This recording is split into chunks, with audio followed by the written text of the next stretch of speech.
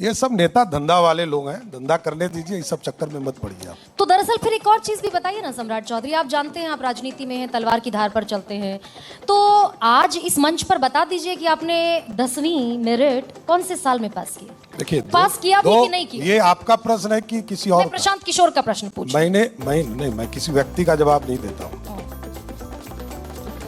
आपका प्रश्न है तो जवाब देता हूँ। मैंने अपने एफिडेविट में बड़ा स्पष्ट तौर पर लिखा है कि पीएफसी का एक कोर्स मैंने कामराज यूनिवर्सिटी से किया। PFC what is it? Pre foundation course का एक कोर्स मैंने कामराज यूनिवर्सिटी से किया। अच्छा, इसलिए जिसको जानकारी लेना है तो कामराज यूनिवर्सिटी से लेते रहे, उसमें क्या फर्क। आइए देखते हैं, मजा आएगा। मैं आपके खुलासों पर आता हूं। पहला नाम सम्राट चौधरी। आपने कई गंभीर आरोप लगाए, सबसे सिर्फ 2, कई नहीं 2। ठीक है, मैं बता रहा हूं आपको। सबसे गंभीर आरोप शिल्पी जैन मर्डर केस में शामिल होने का।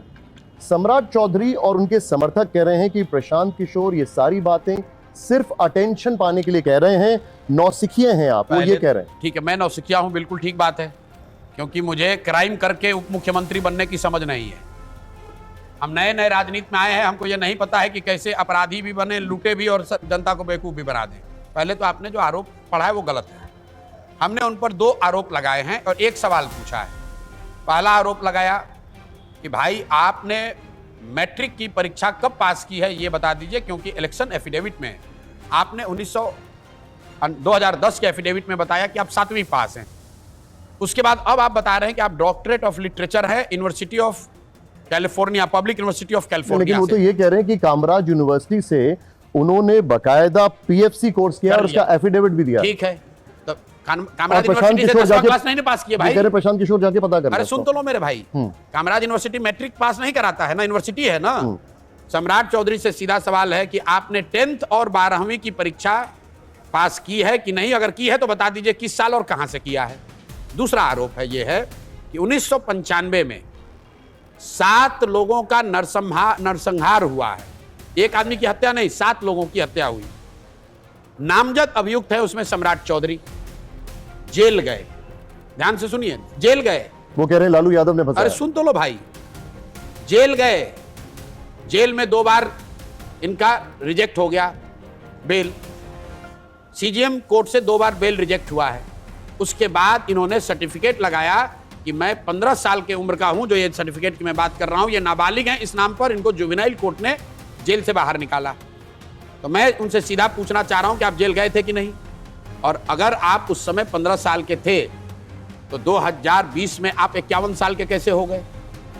क्योंकि अगर 2020 में आप 51 साल के हैं तो उसका मतलब है कि 1995 में आप 26 साल के थे। उनका ये कहना है कि मैं अकेले जेल नहीं गया, मेरे परिवार के कई सदस्य गए और लालू यादव ने फंसाया था। और नीतीश कुमार उनके समर्थन में पदयात्रा निकाल रहे थे। पदयात्रा निकाले या पूरा देश चल दिए, उससे क्या मतलब है? सीधा सवाल का जवाब दो, आप पर हत्या का आरोप है कि नहीं है? नहीं, वो लेकिन उसको पॉलिटिकल साजिश कह रहे हैं। साजिश ही सही, ये पहले मानो हत्या का आरोप है कि नहीं है, जेल में गए थे कि नहीं गए थे, कोर्ट में ट्रायल चला है नहीं चला है, कोर्ट ने आपको बरी किया है कि नहीं किया, ये बताओ। अरे लालू जी ने फंसाया, किसी ने फंसाया? आप लालू जी जाके इनके हाथ से गोली चलवा दिए थे, लालू जी ने इनको बचाया। ये लोग समता पार्टी में थे। आप पूरी कहानी सुन लीजिए। सच्चिदानंद सिंह जो कांग्रेस के प्रत्याशी थे, वो काउंटिंग के दिन तारापुर में जा रहे थे, 6 लोगों की उनकी हत्या की गई, 2 घायल लोगों की हत्या जाकर अस्पताल में की गई, 4 लोगों को नामजद अभियुक्त बनाया गया। उसमें राकेश कुमार उर्फ सम्राट कुमार मौर्य उर्फ सम्राट कुमार चौधरी अभियुक्त हुए, तुरंत अरेस्ट हो गए, जेल में गए। और जैसा कि मैंने आपको बताया, महीनों जेल में रहने के बाद जुवेनाइल कोर्ट से नाबालिग होने के नाम पर बाहर आए। लेकिन अब 1 मिनट रुको भाई, आप मान लीजिए कि सब गलत है, लालू यादव ने आपको फंसा दिया, आपने इसको इलेक्शन एफिडेविट में क्यों नहीं लिखा? ये तो देश का कानून है ना। अगर आपने कोई अपराध किया, आप पर केस हुआ, साजिदन ही हुआ, आपको अपने इलेक्शन एफिडेविट में तो लिखना है, क्यों नहीं लिखे? और नहीं लिखे तो आपका इलेक्शन रद्द होना चाहिए कि नहीं होना चाहिए? आप इतनी डिटेलिंग लेकर बैठे हैं। डिटेलिंग की कोई बात नहीं, कई लोगों सुनिए, कई लोगों को लग रहा है। आप ये जब जानकारी लेके बैठे हुए हैं तो ये सवाल बनता है कि इसको किस्तों में आप क्यों बता रहे हैं? आप जनता के पास लेके जाएं, कोर्ट में लेके जाएं, अदालत में लेके जाएं। अभी एक किस्त में बता दिया। नहीं, आप अदालत क्यों नहीं जा रहे? जा रहे हैं, अभी जा रहे हैं आप? बिल्कुल जा रहे हैं। दिलीप जायसवाल के बारे में बताया। हाँ, कि राजेश शाह की हत्या का इन पर आरोप जैसे आपने अलग अलग लोगों पर अरे सुन तो किसको लो। बताया, एक साथ प्रेस कॉन्फ्रेंस क्यों नहीं करते हैं? जब जानकारी आएगी तभी तो बताएंगे। तो फिर आप अब ये कल मान लीजिए- ये जानकारी लेके आप कोर्ट में जा रहे हैं? बिल्कुल जा रहे हैं। कब क्या करेंगे अरे आप? भाई देख लीजिए, हम लोगों ने 70,000 करोड़ का जो सीएजी का डॉक्यूमेंट, मैं सम्राट चौधरी की बात कर ना रहा भाई, आपने कहा कि आप किस्तों में जारी कर रहे हैं, जो भी बात कहते हैं उसको पूरा लॉजिकली फॉलो करते हैं। सबसे पहला खुलासा किया गया दिलीप जायसवाल पर, तो उस केस को इन्होंने बंद करा दिया था, हम लोग ने हाईकोर्ट में उसको केस किया है, फिर से रीओपन करने के लिए हाईकोर्ट में रीट पिटीशन दायर किया गया।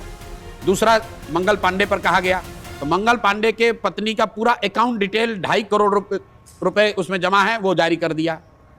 तीसरा सम्राट चौधरी की जहां तक बात है, अभी इन पर जारी किए हैं, गवर्नर के यहां जाकर हम लोगों ने दिया है, प्राइम मिनिस्टर को लेटर लिखा है, और कोर्ट जैसे ही खुलेगा तो कोर्ट में भी जाएंगे।